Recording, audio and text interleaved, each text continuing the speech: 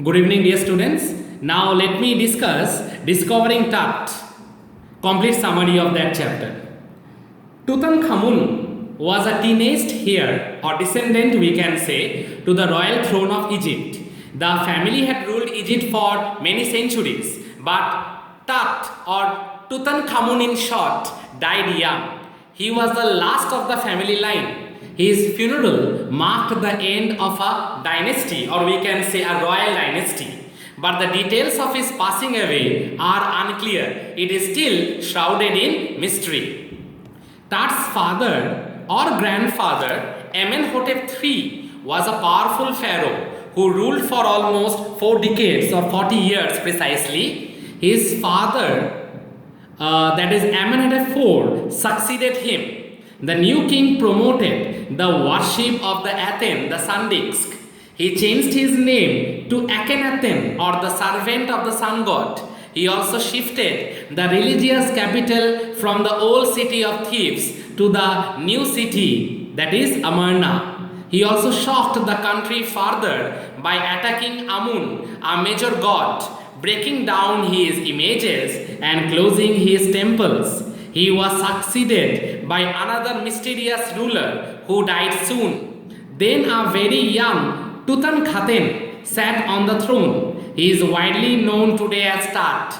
He restored the old ways, the worship of god Amun. He also changed his name to Tutankhamun because he was a follower of Amun. So from Tutankhaten, he changed his name to Tutankhamun. He ruled for about 9 years and then died almost unexpectedly under mysterious circumstances.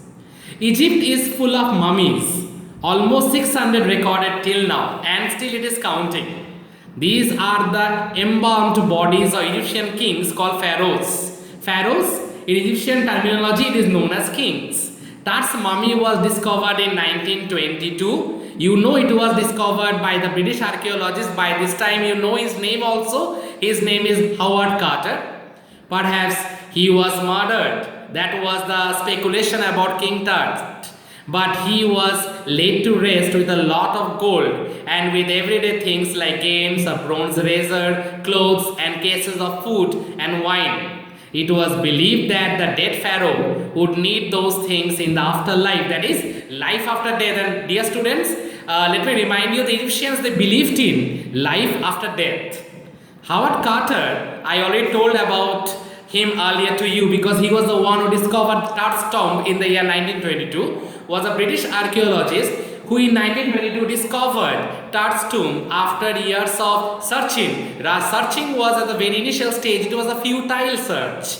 Much of the treasure buried in the tomb had already been looted. Even then, it was the richest royal collection ever found in any tomb. The rock-cut tomb was some 26 feet underground. The walls had paintings. Tut's gilded face was there on the outer coffin lid. After months of recording the treasures, Carter began investigating the 3 coffins in the tomb. In the first one, he found the garlands of olive leaves, lotus petals and cornflowers.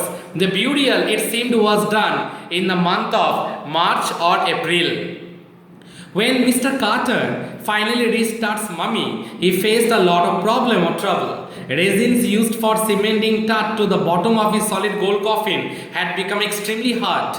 It was impossible to free the body. Even the burning sun failed to melt it. The resins had to be removed using a chisel and a hammer from beneath the limbs of the body. Carter really had little choice, or rather very less option. If he had not cut the mummy limb by limb, the thieves would have taken all the gold away. Carter's men first removed the mummy's head and then cut off every major point. Once the body removed in parts, it was reassembled on a layer of sand in a wooden box and put at the original place. The mystery of Tut's death, however, remained unsolved. I already told you previously, it is still shrouded or covered in mystery. Archaeology has changed a lot after 1922. In 1968, an anatomy professor x-rayed the mummy and revealed a new fact. He said that the breastbone and the front ribs of Tut's body were missing. Today, CT, that is the computed tomography, takes hundreds of X-rays and creates a three-dimensional image of a body. It was on 5th January 2005 that the world's most famous mummy of Tut was put into a CT scanner to answer two important questions. These two important questions are $2 million questions. First one, how did Tut die? And how old was he at the time of his death? The CT machine or the computed tomography machine was donated by its manufacturer Siemens. King Tut had died almost 3,300 years ago. On the night of the scan, the workmen carried Tut from the tomb in his box. They put it on a trailer machine that held the scanner. The process took less than 3 hours. The pharaoh was carried back in the tomb again after the scanning was completely done. The CT scan dispelled all doubts. Nothing had gone seriously wrong. Tut is resting in peace in his tomb in the valley of the departed kings of Egypt. So, my dear students, that is the summary and a few bit of information on discovering Tut. The saga continues. Hope you all liked it. Thank you.